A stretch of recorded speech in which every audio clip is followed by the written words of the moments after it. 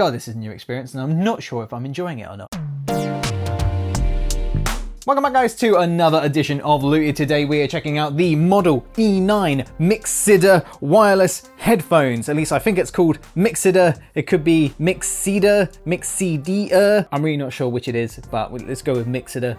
Sounds about right if you ask me. So as I said, this is the Model E9, which is Mixcder's latest release, and though they did send us this sample out of the kindness of their own hearts, we're going to be reviewing this thing honestly, because you know what we like to do on here, we like to give honest reviews, which means we didn't get paid for making this video, so if you want to support us, check out our Patreon link. That is a shameless plug, but it needs to be done every now and then.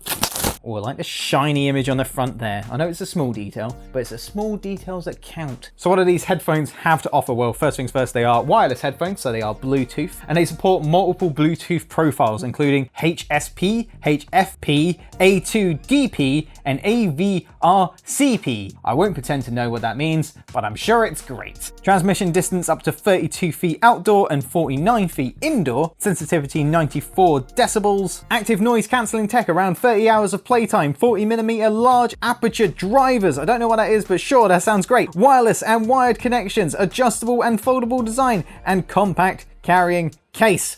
Whew. Now, if I've missed anything out or you want a further explanation of anything that I've just said, check out the links in the description. Oh, nice. All right, I'm liking the case. So the bag looks quite sturdy. It's got a hard back and a hard front. Zips are open.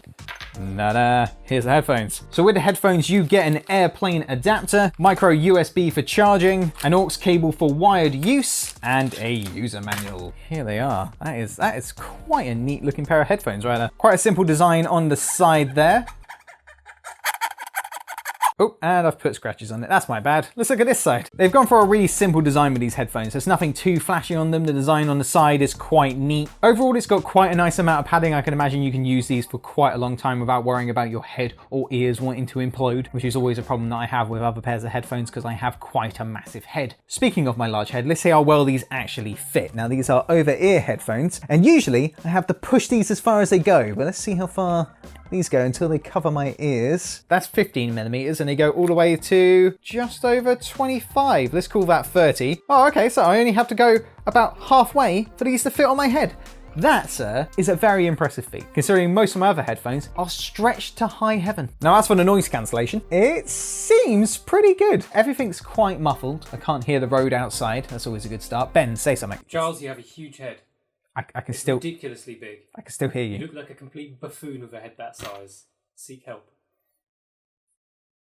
Anyway, now for some people, the noise cancellation that you get with the padding itself isn't going to be enough, which is why this comes with ANC, which is active noise cancellation. Now, for the moment of truth, does this thing actually have power? Because I completely neglected to charge this thing before making this video, hence why it was still in the plastic. And it's flashing red. We have no battery. Could you charge these?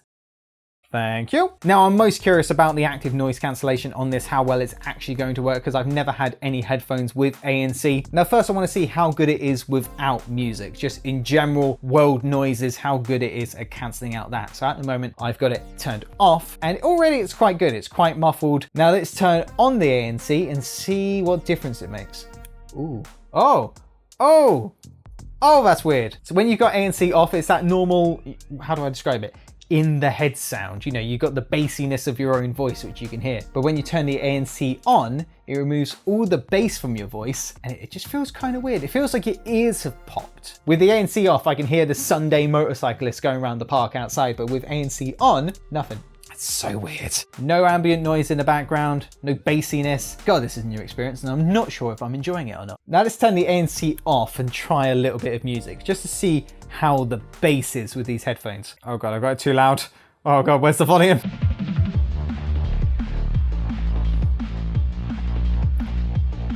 Overall, the clarity really isn't that bad. The bass is all right, but let's go ahead and turn the headphones up to full, see how good the bass is at a higher volume, and also see how much sound leakage there is with these things. Yeah, I can hear it, but it's not very loud. Now the bass at a higher volume is still pretty good, and it's also quite a nice amount of clarity. So now let's find out how good it sounds with the A and C on. I have a feeling it's going to remove quite a lot of bass, but let's give it a go. That is loud! It sounds louder with the ANC on. Were you getting more sound leak with the ANC on? Yeah, I could hear what you were listening to. That's what I thought. Yeah. It's quite a bit more bassy with the ANC off. When you turn it on, it kind of removes that bass a little bit and just ups the treble. So the ANC definitely does what it's meant to do. It cancels out noise pretty darn well, but it doesn't improve your audio quality, which is not really what you would expect. So if you want higher quality bass, make sure your ANC is off. But if you're in a particularly noisy environment, you just want to cancel out noise, ANC is your guy, as long as you're not too worried about reducing the audio quality just a tad. These guys do feel quite comfy. After 20 minutes of using them, my ears don't feel like they're in absolute agony, which is an improvement compared to some of the headphones that I've had in the past due to my large cranium. As I said earlier, the battery life on these things is quite impressive. You can get 30 hours without the ANC and 24 hours with the ANC, which is both pretty good. They're very lightweight and parts of it do feel kind of cheap, especially the plastic around here. It doesn't feel too great, but overall the build quality isn't too bad. But when you consider that you can pick these up for about £70 on Amazon, they're really not a bad price for what you're getting. Now, it's fair to say that me and Ben aren't audiophiles. We don't know the ins and outs of high quality audio devices, but this isn't the sort of thing that you're going to want to be buying if you are an audiophile. If you can go out there and spend £300 to £400 or way more on headphones, these guys aren't going to be for you. But if you're after a budget set of headphones with noise cancellation, you can't go too wrong with these. And with that, I think that's going to be it for another edition of Looted. If you like this video, hit like. If you really like all our videos, hit subscribe. We've got more videos on the way. You can also follow us on Facebook, Twitter, and Instagram. We've even got my own personal Twitter, which you can follow me on there. If you want to support the channel further, check out our Patreon page. We've got some new perks and we're also planning some Patreon exclusive live streams, so check them out there. And we'll see you guys in the next one. Have a good one.